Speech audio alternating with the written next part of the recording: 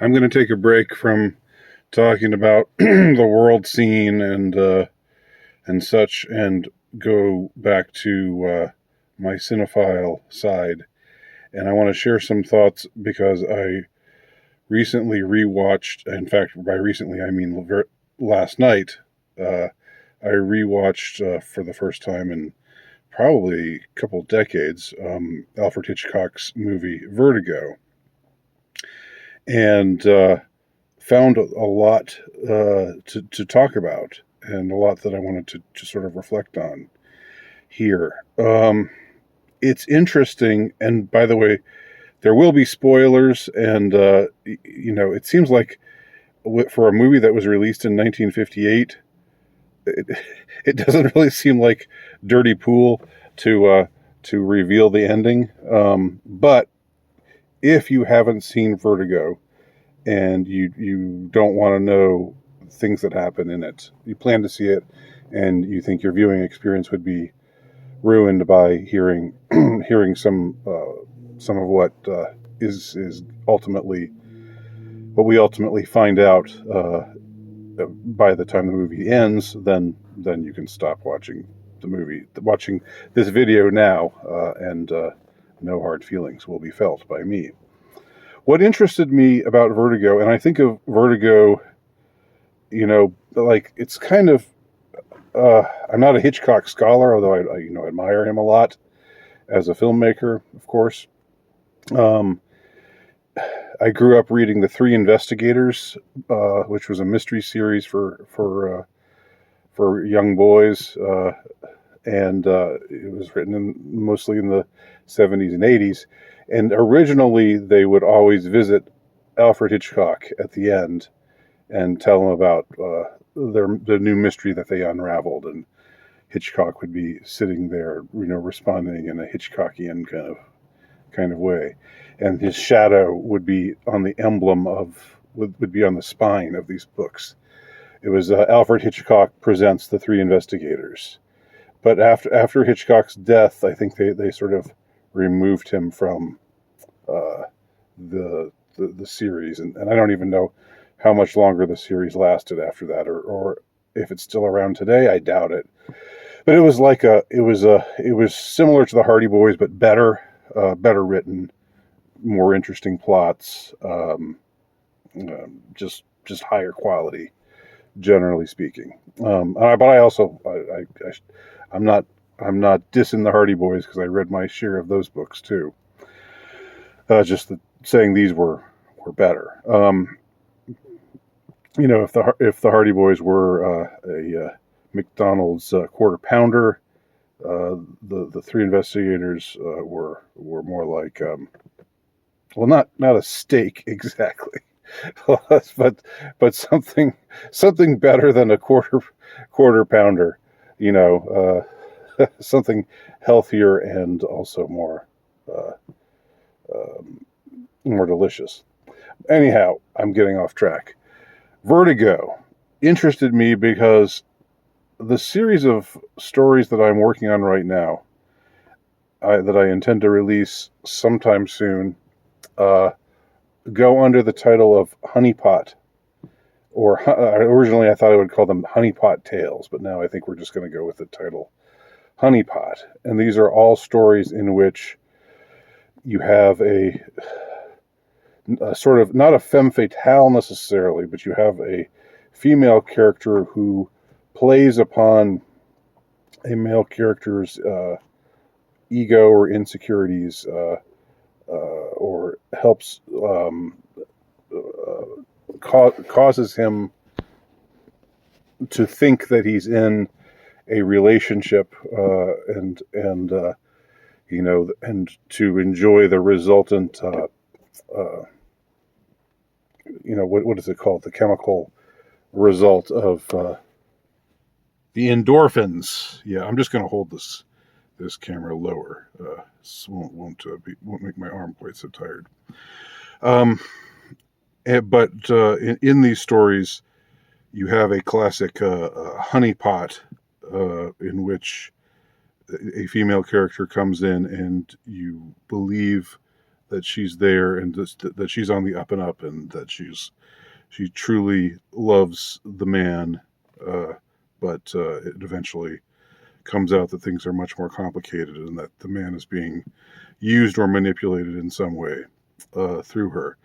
Now, in those stories, just like with in Vertigo itself, it's a little bit more complicated than that, because it's not just a totally mercenary thing, and the woman, while using the man, or while being employed to use the man in a nefarious way, isn't just an unfeeling sociopath, and in fact, there's some suggestion that she actually does like the guy, but she's just operating under false pretenses, and operating in such a manner that plays on the man's ego, or the man's desire to be less lonely, or whatever, or just is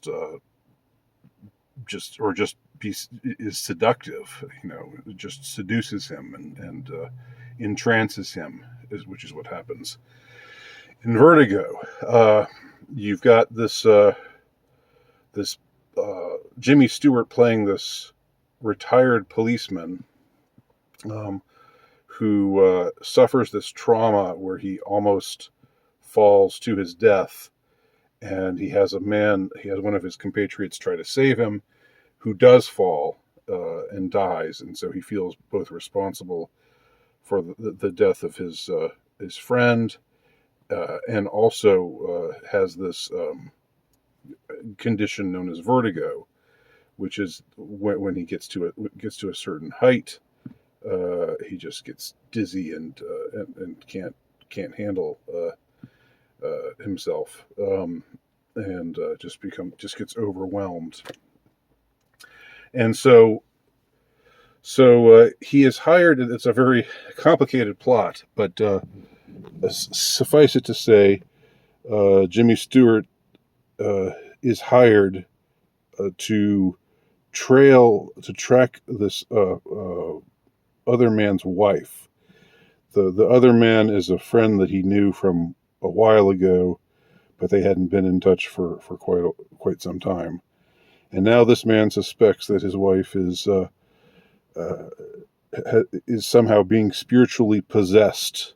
He has some tale that to Jimmy Stewart, who's a sort of a pragmatist and a skeptic, it just seems wild and crazy to him. He doesn't buy it, but he takes the job anyway after he sees the woman, and it's Kim Novak, one of Hitchcock's beautiful bevy of beautiful blondes. And what's interesting, of course, about this movie is it's sort of it displays Hitchcock's fetish.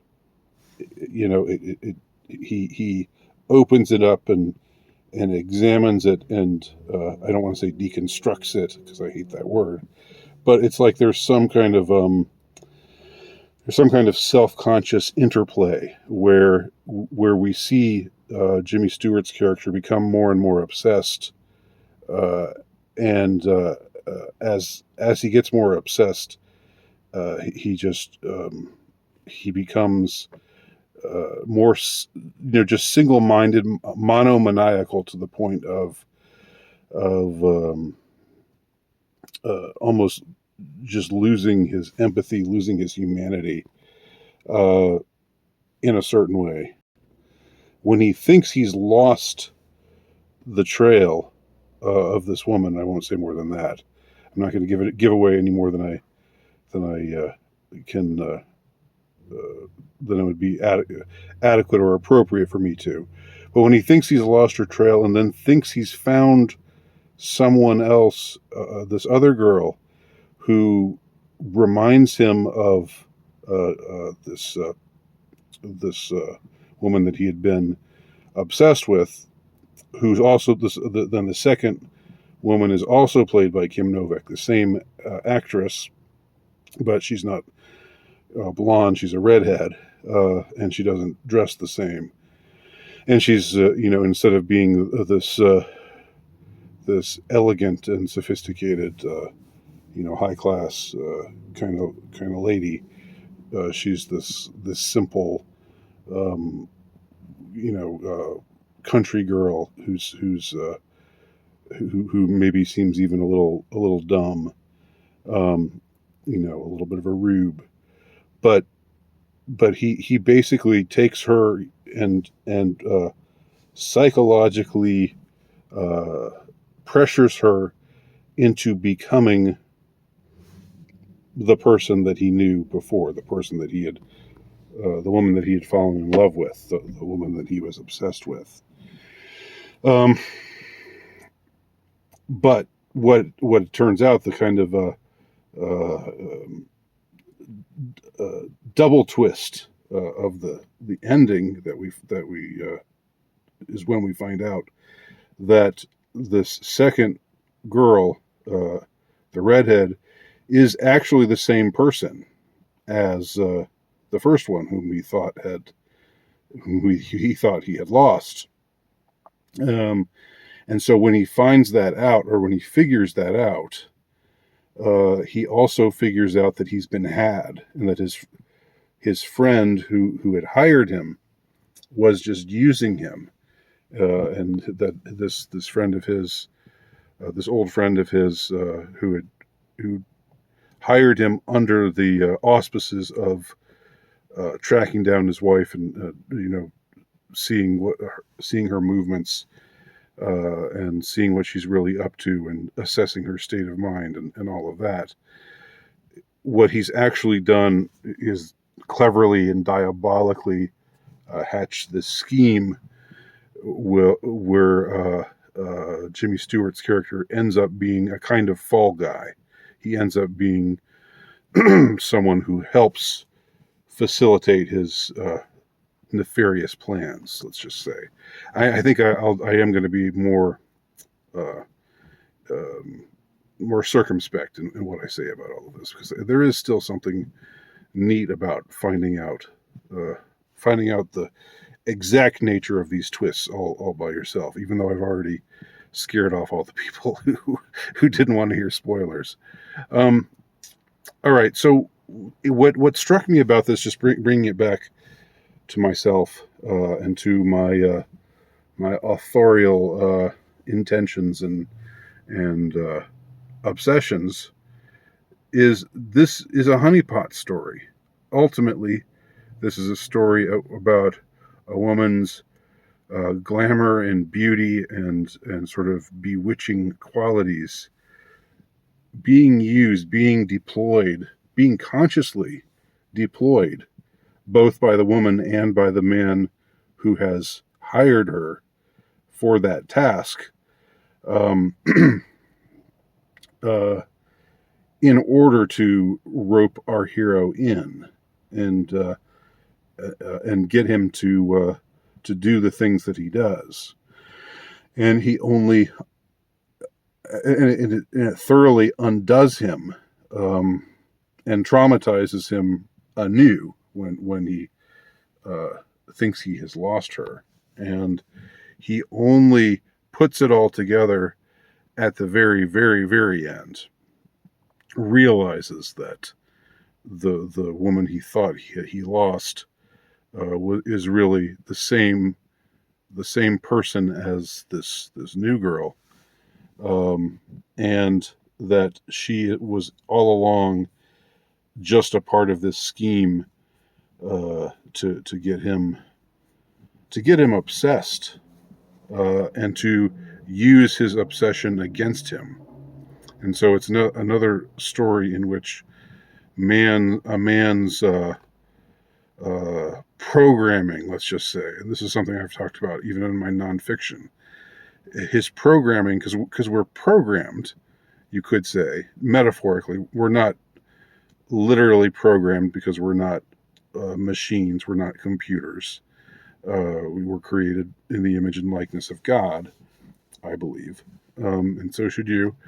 But nevertheless, we are, in a sense, programmed with this this innate desire to be taken in by the beauty of woman, and it's something that we can't completely resist, but we have to keep it in perspective, and we have to apply reason, and we have to apply restraint to stave off obsession, because when we become obsessed, we are ripe for the plucking. We are ripe to be manipulated, just as poor Scotty, the name of Jimmy Stewart's character, was in the movie Vertigo. So those are my thoughts on Vertigo. I think it's, if you're a Hitchcock aficionado, to me it's like Vertigo and The Birds and Rear Window and Psycho. Those are like the I don't know if they're the best Hitchcock movies, but they're like the sort of apex of Hitchcock's career. Four extremely well-made movies that were all released at around the same time, the late 50s and the early 60s. So I would recommend watching Vertigo for yourself and making up your own mind. Of course, it's made in, movies were made differently back then, and some of the dialogue comes across as cheesy and melodramatic, and some certain things, like when Jimmy Stewart's driving his car and it's obviously a blue screen behind him, things like that today can kind of pull you out of the experience. But I think it's best to watch old movies and try to put yourself in the mode or the mindset of the viewer of old movies, and try not to just be like, oh, that looks corny by today's standards, or that sounds corny by today's standards, because again, I believe that it's good to try to plug yourself into the spirit of the times in which those movies were made. And even with those things aside, it's still really powerful. Psycho thriller. It really is. It's one of the first psychological thrillers. Where most of the suspense doesn't come from fearing a bad guy coming down and knifing you, but rather from just seeing the main character kind of lose his grip on reality, lose his sanity, and watch things just get out of his control, and see him try to put everything back together again, which he eventually does, but with rather devastating results for him and for others. So those are my thoughts on Rear Window. If you've seen it, let me know what you think.